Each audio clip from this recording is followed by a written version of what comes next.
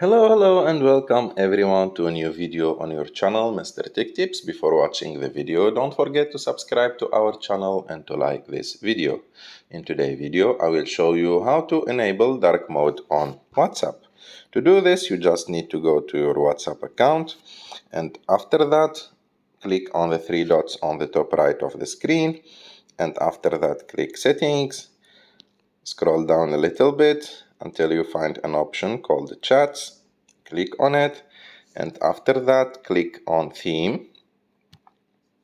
And as you can see here, you will have three options.